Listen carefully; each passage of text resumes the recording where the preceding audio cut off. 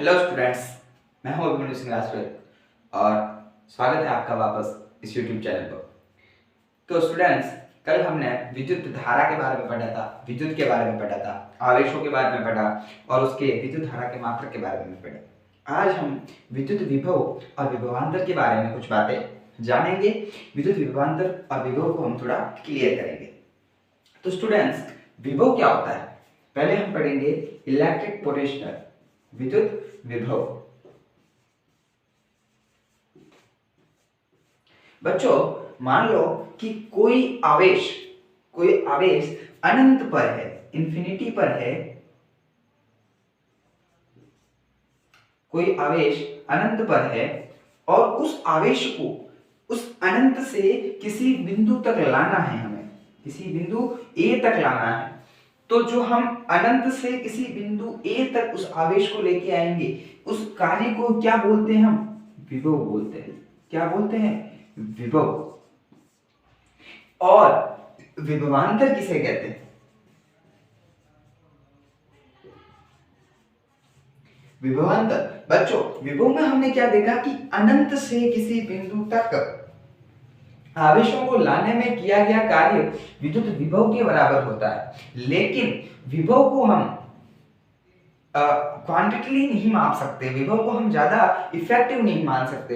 इसलिए हम विभव के लिए एक दूसरा अन्य नाम विभवांतर, इलेक्ट्रिक पोटेंशियल डिफरेंस का यूज करते हैं।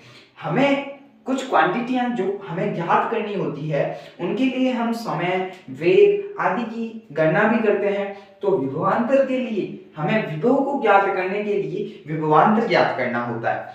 तो विभवांतर को हम V से प्रदर्शित करते हैं बच्चों। और विभवांतर होता क्या है? देखो, मान लो आप कि यहां पे मेरा एक A बिंदु है और इस A बिंदु से Q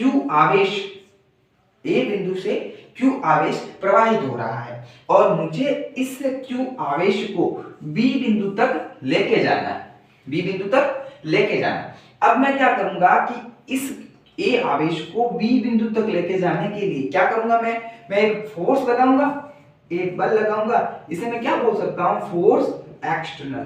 कैसे लगाया मैंने? एक बाह्य बल लगा दिया, एक एक्सटर्नल फोर्स लगा दिया। अब जो मैंने एक्सटर्नल फोर्स लगाया है, उस एक्सटर्नल फोर्स से ये चार्ज Q है वो क्या करेगा? मोशन करेगा, गति करेगा। अब जब मैंने एक फोर्स लगाया है तो वो फोर्स इसे गति प्रदान करेगा चार्ज को, और जो ये चार्ज गति करेगा, मोशन करेगा, तो क्या होगा? इसने इधर मोशन की, तो यहां पे हम एक एक्सेलरेशन मान सकते हैं, एक त्वरण मान सकते हैं।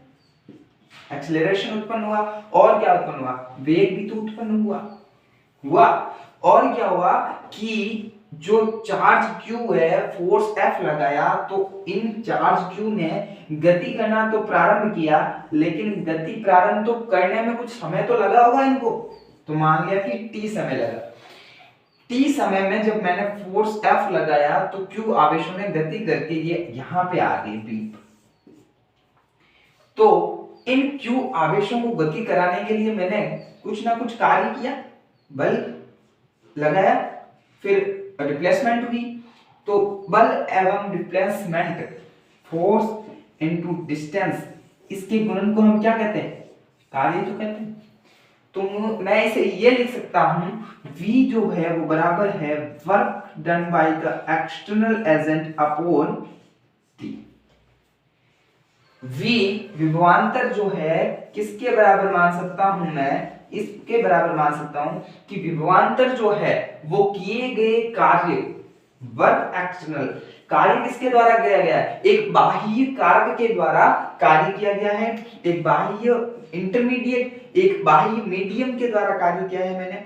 वर्क एक्सटर्नल है और इस एक्सटर्नल वर्क को, इस बाह्य कार्य को करने में जितना समय लगा है, उसके अनुपात को हम विभवांतर बोलते हैं। तो आप इसकी परिभाषा क्या ले सकते हैं कि किसी एक बिंदु से दूसरे बिंदु तक आवेशों को ले जाने में किया गया कार्य और उन किए गए कार्य में लगा समय, उन दोनों के अनुपात को हम क्या कहेंगे? विद्युत विभवांतर। क्या कहेंगे हम? विद्युत विभवांतर। मैं बच्चों इस चीज को आपको नहीं लिखा रहा हूं, आपको सिर्फ इसको मैं बता रहा हूं, बोल रहा हूं, एक बार और बोल रहा हूं। देखो कि किसी एक बिंदु से दूसरे बिंदु तक किसी आवेश को ले जाने में किया गया कार्य तथा उस आवेश को ले जाने में लगे समय के अनुपात को हम क्या कहेंगे?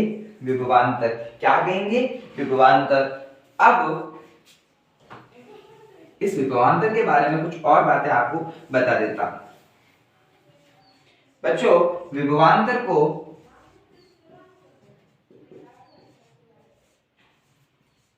V से प्रदर्शित करते हैं हम। आपके बोर्ड के प्रोस्पेक्टिव से यह जरूरी हो जाता है कि आप विभवांतर को कैसे प्रदर्शित करते हैं, उसका फॉर्मूला क्या है और उसका मात्रक क्या है। आपके 10th बोर्ड के प्रोस्पेक्टिव के लिए यही इतना ही जरूरी है कि आप इसके फॉर्मूले और मात्रक के बारे में ध्यान रखें। तो देखो विभवांतर को V से प्रदर्शित किया जाता है, कैपिटल V से, और विभवांतर का मात्रक वो वोल्ट होता है। अब हमने धारा को किस में मापा था? एम्पियर में, और विभवांतर को अब हम वोल्ट से मापेंगे। और विभवांतर का सूत्र है वो भी देख लो। विभवांतर V is equal to work done by external agent upon T। इसे मैं ये लिख सकता हूं, किया गया कार्य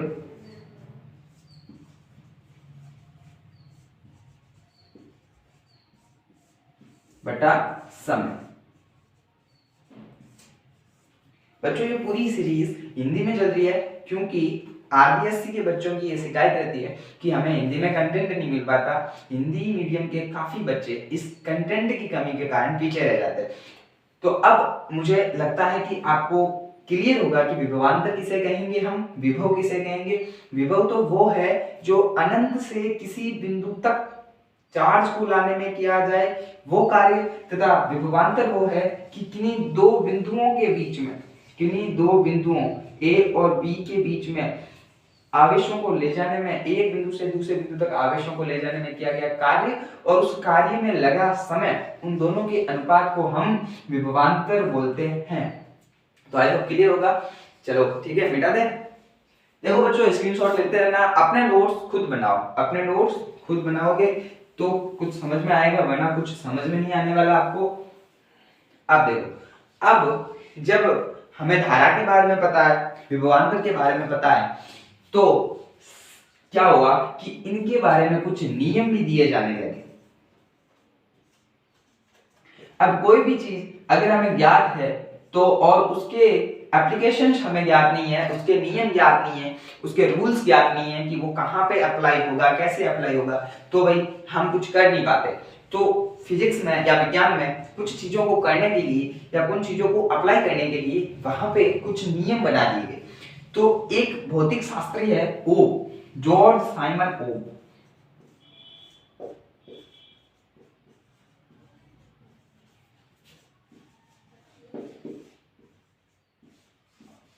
तो भैया जॉर्ज साइमन ओम एक जर्मनी के भौतिक शास्त्री है।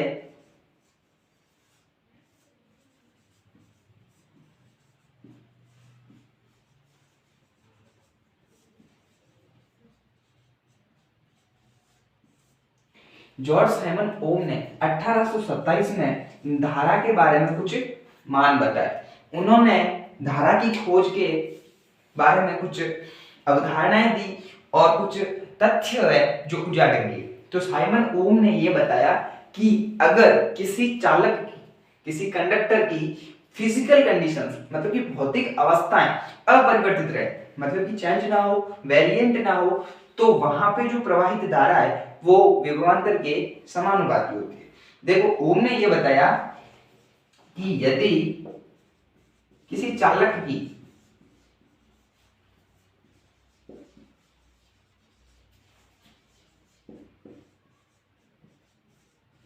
भौतिक अवस्थाएं, अब भौतिक अवस्थाएं कौन कौन सी होगी इसकी? भौतिक अवस्था, फिजिकल कंडीशंस, वो कंडीशंस जिनको हम टच कर रहे हैं, वो कंडीशंस, जैसे इसकी एक तो लंबाई, लेंथ, जिसे हम आंख से देख के बता सकते हैं लंबाई, इसका अनुप्रस्थ का क्षेत्रफल,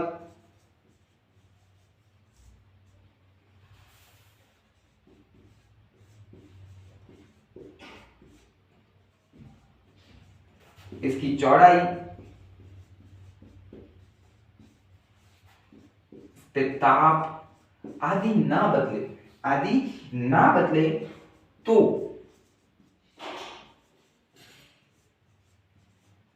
तो विभवांतर धारा के समानुपाती होता है।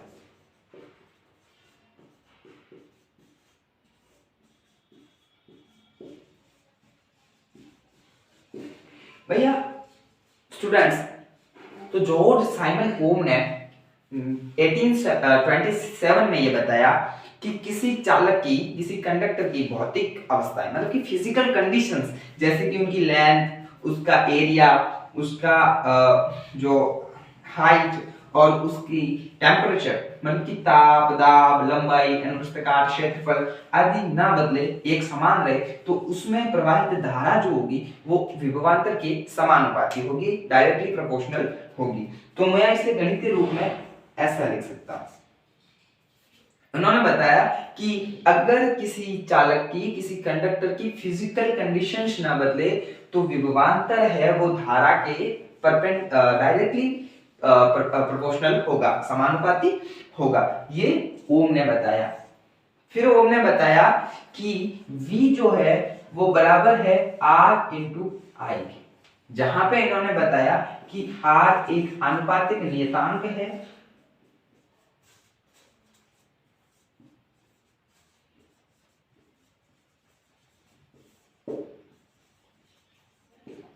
और जिससे क्या बोला जाता है, R को प्रतिरोध बोला जाता है, चालक का प्रतिरोध।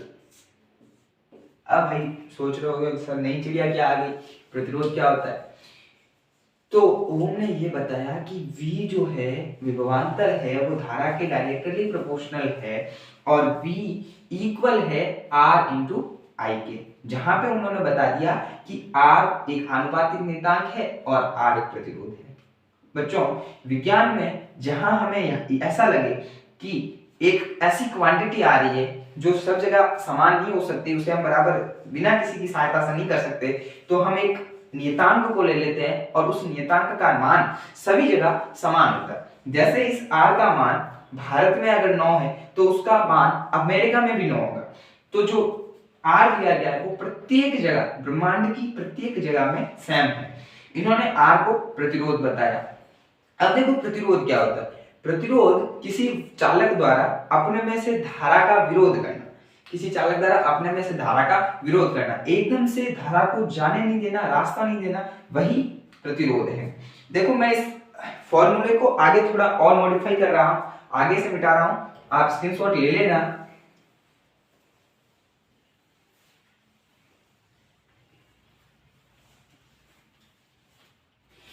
आपके एग्जाम के प्रोस्पेक्टिव से ओम का नियम बहुत ही इंपॉर्टेंट हो जाता है। और ओम के नियम में देखो हमने ये पढ़ लिया, V डायरेक्टली प्रोपोर्शनल I के है, पढ़ा हमने ये। फिर हमने क्या कहा कि V जो है वो इक्वल है R डॉट I के। अब मैं ये भी कह सकता हूं कि I जो है वो इक्वल है V अपॉन R के। ये जो मेन फॉर्मूला है, अब इससे मैं छोटे छोटे और फॉर्मूले बता सकता हूं। I का फॉर्मूला क्या होगा, मेरा धारा का फॉर्मूला क्या होगा, विभवांतर बटा प्रतिरोध। और अगर मुझे प्रतिरोध का फॉर्मूला निकालना हो तो विभवांतर बटा धारा। तो स्टूडेंट्स, ये फॉर्मूले आपके लिए कुछ ज्यादा इंपॉर्टेंट हो जाते हैं क्योंकि इनसे हम न्यूमेरिकल्स आसानी से कर सकते हैं।